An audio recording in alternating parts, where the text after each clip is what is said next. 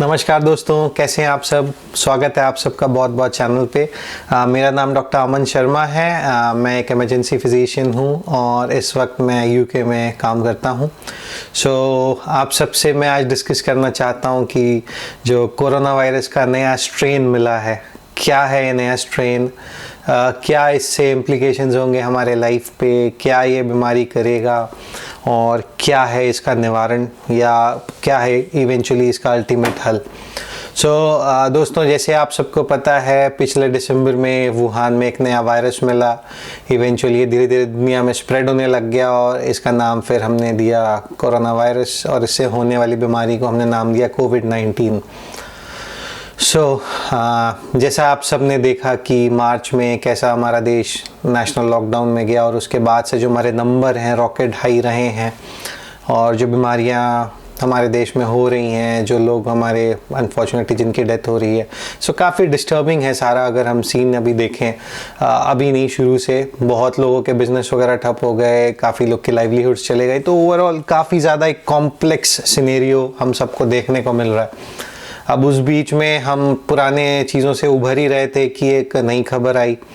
नई खबर ऐसी कि यूके में जो कोरोना वायरस नॉर्मली इन्फेक्ट कर रहा था उसका एक नया स्ट्रेन मिला।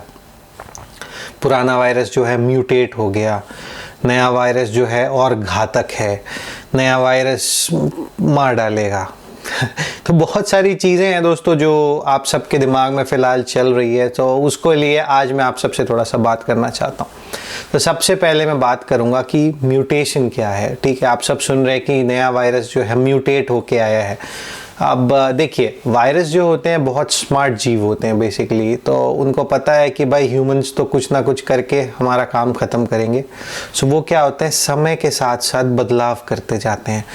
हर साल जब हमको सीजनल फ्लू होता है उसके वायरस भी यही चीज़ करते हैं। पहले जब स्वाइन फ्लू आया उसमें भी यही चीज़ था कि इनिशियली वायरस कुछ अलग था, बाद में कुछ अलग हो गया। अभी भी यही चीज़ हुई है दोस्तों। दिसंबर का जो वायरस था उसका जो आप सबने अगर देखा हो तो गोल होता है कोरोना वायरस, उसमें सींग लगे होते हैं। तो वो जो सींग लगे हैं, स्पाइक्स हैं जो, उसमें चेंजेस आए। उसके चेंज आने से क्या होगा, वो किस किस्म से हमारी बॉडी से इंटरेक्ट करेगा वो चेंज हो जाएगा। इसलिए ये नया वेरिएंट जो है इसको बोला गया कि ये म्यूटेट हो गया है। अब अगर हम देखें तो ठीक है, म्यूटेट हो गया, इससे क्या होगा। अब देखिए, पुराना जो वायरस था कहीं ना कहीं उसका जो इन्फेक्ट करने का एक प्रोसेस था, तरीका था, वो अलग था। अब चूंकि ये वायरस नया टाइप से हो गया है वापस, तो इसका जो इन्फेक्टिविटी रेट, इसका इन्फेक्ट करने का तरीका, इसका क्लिनिकल पिक्चर डेफिनेटली पहले से कुछ अलग होगा। ब्रिटिश साइंटिस्ट जो यूके के साइंटिस्ट हैं, इन्होंने एक शोध किया, उसमें इनको पता चला कि नया वायरस तो आ गया था यहाँ पे सितंबर एंड अक्टूबर में ही। अब क्या हुआ इससे, तो इन्फेक्टिविटी रेट यानी कि वायरस का आपको बीमार करने का जो एक रेट है वो जो है इसमें एटलीस्ट 70% तक है। ठीक है, इसका मतलब क्या हुआ आपके लिए कि पहले जो कोविड का वायरस था, कोरोना वायरस जो था, वो यदि आपको इन्फेक्ट करता, उसकी अपेक्षा अब का जो वायरस है, जो न्यू स्ट्रेन मिला है, इसके आपको बीमार करने की क्षमता ज़्यादा है और कहीं ना कहीं जो इसका रेट रहेगा पिछले बार की अपेक्षा ज़्यादा होगा। ठीक है, ये हमारी लाइफ को कैसे अफेक्ट करता है, अब इसके बारे में हम सोचें। देखिए, हमने पहले शुरू में भी बोला, जब दिसंबर में ये सारा कुछ हुआ, मार्च में हो रहा था, अरे इंडिया में तो नहीं आएगा, सबने, हमारे प्राइम मिनिस्टर ने फ़्लाइट्स बंद कर दी हैं, इंटरनेशनल पोर्ट्स बंद कर दिए हैं, सारा कुछ नहीं आएगा। बट ऐसा हुआ नहीं। देखिए, आया और अभी भी है। दिन का हम 1.5 से 2 लाख केसेस अभी रिपोर्ट कर रहे हैं। तो देखिए दोस्तों, कहीं ना कहीं हम अगर बोले हमारा इंफ्रास्ट्रक्चर इंडिया का इतना अच्छा है कि वायरस को पकड़ लेगा और हमें कुछ नहीं होगा, तो देखिए गलत। ये चीज़ हमको दिमाग से थोड़ा चेंज करना पड़ेगा। हमारे पास अभी भी उतना ना टेस्टिंग कैपेसिटी है, ना उतने डॉक्टर्स हैं, ना नर्सेज हैं, ना अस्पताल के बेड है, ना ऑक्सीजन है। ठीक, तो एक चीज़ बस इस वायरस में अच्छी है कि इसका इन्फेक्टिविटी रेट भले ज़्यादा है, किंतु इसका जो ओवरऑल क्षमता है बीमार ज़्यादा करने का वो कम है ना। पिछले वायरस की अपेक्षा ये वायरस जो है आपको एडिशनल नए सिम्टम्स नहीं देगा। सर्दी खांसी, बुखार, बदन दर्द, सिर दुखना, चक्कर आना, पसीना आना, यही मेन इसके जो कॉम्प्लेंट्स है। जो 100 लोग को यदि ये इन्फेक्ट करने वाला तो 80% जो 80 लोग हैं जो उनको ये कम से कम यही सिम्टम होंगे। 20 जो बचते हैं उसमें से 5-6% जो है उनको हो सकता है सांस वगैरह लेने की तकलीफ हो, किंतु ऑक्सीजनेशन वगैरह की इतना आवश्यकता ना हो। 12 से 15% जो लोग हैं डेफिनेटली ये काफ़ी बीमार होंगे, ऑक्सीजन भी हो सकता है लगेगा, वेंटिलेटर भी प्लस माइनस लगेगा, और इसमें से 4 से 5% लोगों की मृत्यु होगी जो अभी के स्टैटिस्टिक्स हैं, और अभी भी वही है। ठीक है, ये चेंज नहीं हो रहा, पर हम यही कह रहे हैं कि जो नया वायरस है उसको आपको जो लक्षण होंगे वो डेफिनेटली इतने खतरनाक लक्षण नहीं होने वाले। तो ये तो चलिए एक अच्छी खबर। बुरी खबर क्या है? बुरी खबर ये है दोस्तों कि ये बच्चों को भी इन्फेक्ट करने की क्षमता रखता है। पुराना जो कोरोना वायरस था ये बच्चों को इतना क्षतिग्रस्त इसने नहीं किया, इसलिए हम लकी थे कि बच्चों में हमको जो प्रेजेंटेशन थी वो देखने ज़्यादा नहीं मिली, बच्चे इसके शिकार नहीं हुए और बच्चों को लेके माँ बाप को अस्पताल दौड़ना नहीं पड़ा। अभी का ये जो वायरस है इसमें कहा जा रहा है कि ये बच्चों को भी इन्फेक्ट करने की क्षमता रखता है। जैसे मैंने कहा म्यूटेट किया, कुछ चेंज हुआ, नया स्ट्रेन आया, तो बच्चों को भी इफेक्ट करेगा। बट हम आशा अभी यही कर रहे हैं दोस्तों, जितने भी मेडिक्स हैं दुनिया भर के, जितने भी साइंटिस्ट हैं, कि बच्चों को भी यदि इन्फेक्ट कर रहा है तो सिर्फ सर्दी खांसी बुखार जैसा ही हो, ऑक्सीजन की रिक्वायरमेंट ना हो, लंग क्षतिग्रस्त ना हो, क्योंकि उनका जीवन पूरा भी बचा हुआ है। बट अभी भी कुछ बोल पाना बहुत मुश्किल है दोस्तों, ये अंधेरे में तीर मारने जैसा है कि ये होगा नहीं होगा, थोड़ा सा मुश्किल। अब हमारे लिए क्या करेगा ये वायरस? ऑनेस्टली देखा जाए तो देखिए, इसका जो टेस्ट करने का प्रक्रिया है सेम, ठीक है।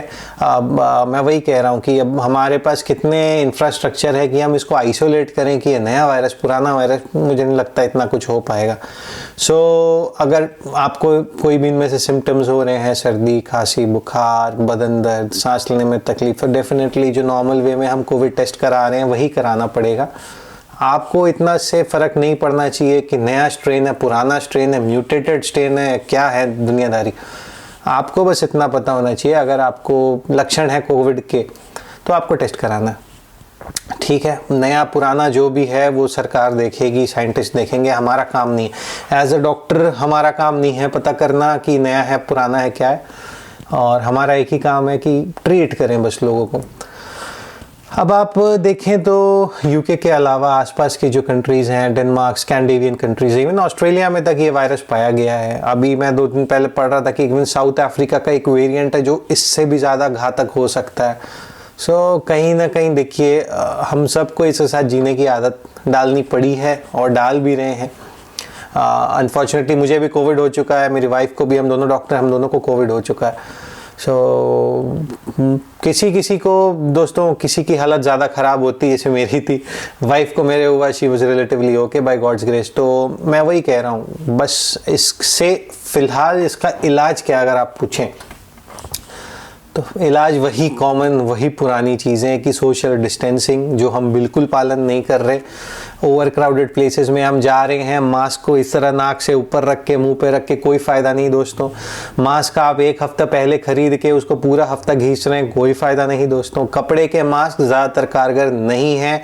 यदि आप ओवर क्राउडेड प्लेसेस में जा रहे हैं, प्लीज़ एटलीस्ट एक सर्जिकल मास्क पहनना पसंद करें, प्रेफर करें। अगर N95 पहन सकते हैं, बट ऐसा रिकमेंडेड नहीं है, surgical mask is more than enough. और इसके अलावा हाथ वगैरह धोएं, सैनिटाइज़र के पीछे पागल ना हो। अगर नहीं मिल रहा है तो कोई बात नहीं, जब भी बाहर जाते हैं, बाहर से आ रहे हैं, घर पे साबुन पानी से आप हाथ धोएं, वो सफिशिएंट है। थोड़ा सा लाइफ ऑल्टर करने का आवश्यकता पड़ेगा, बहुत ज़्यादा मिंगल ना करें लोगों के साथ, बिकॉज जैसा मैंने कहा कि अगर इसकी इन्फेक्टिविटी ज़्यादा है तो डेफिनेटली अगर आप शादी ब्याह में जा रहे हैं, दोस्तों के साथ पार्टी कर रहे हैं, सिनेमा हॉल्स जा रहे हैं, मॉल्स जा रहे हैं, तो अगर आप बिना प्रोटेक्शन के जा रहे हैं तो दोस्तों ये कहीं ना कहीं इन्फेक्ट करेगा और फिर बाद में रोने का कोई फ़ायदा नहीं। अभी जो आप सबके दिमाग में उथल पुथल मची है कि नया वायरस आ गया है, बस कत्लेआम हो जाना है, ऐसा कुछ नहीं है दोस्तों। यस, इन्फेक्ट करेगा, ठीक भी होएंगे, पर इसका ये मतलब नहीं कि अननेसेसरी दिमाग में स्ट्रेन लेके बैठ जाएं कि भाई नया स्ट्रेन आ गया है अब तो मैं दिमाग को भी स्ट्रेन दूंगा। नहीं, जो नॉर्मल दिनचर्या है उसे चलाने का कोशिश करें। डेफिनेटली हम सबको लाइवलीहुड भी चलानी है, अपने घर के खर्चे भी निकालने, सारा कुछ करना है, तो वो सब करते रहें दोस्तों। बाकी देखी जाएगी, और जहाँ तक वैक्सीनेशन की बात है, छोटी सी बात मैं उसकी भी करूँ। देखिए यूके ने भी वैक्सीनेशन स्टार्ट किया बहुत सिस्टमैटिक वे में कि पहले बुजुर्गों को मिलेगा फिर एसेंशियल वर्कर्स को मिलेगा, तो भारत में भी ऐसी होने का उम्मीद है। किंतु हमारी आबादी ऑलमोस्ट 140 करोड़ है दोस्तों, तो आप एक्सपेक्ट किए तो बिल्कुल भी ना करें कि 140 दिन में आप सब वैक्सीनेट हो जाएंगे, ये तो मुश्किल है। सालों साल चलेगा वैक्सीनेशन प्रोग्राम। जिस तरीके से पहले स्मॉल पॉक्स वगैरह इरेडिकेट हुआ उसी तरीके से ये भी शायद इरेडिकेट एक दिन होगा। किंतु अभी के लिए और कोई खास समाचार नहीं है मेरे पास।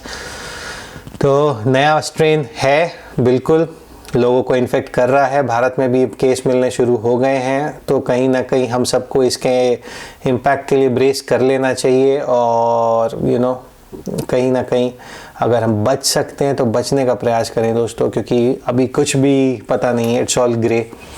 तो आशा करता हूँ आप सब स्वस्थ रहें, बच के रहें। कोविड नया हो रहा पुराना हो रहा है, इस पे ज़्यादा आप बुद्धि ना दौड़ाएं। बचने के जो मेजर्स हैं डेफिनेटली वो लें, और जो भी मतलब मेडिकल आपको कंसल्टेशन दी जा रही है डेफिनेटली उसका पालन करें। सो चैनल को ज़रूर सब्सक्राइब करें, लोगों तक ज़रूर पहुंचाएं। Thank you so much. जय हिंद।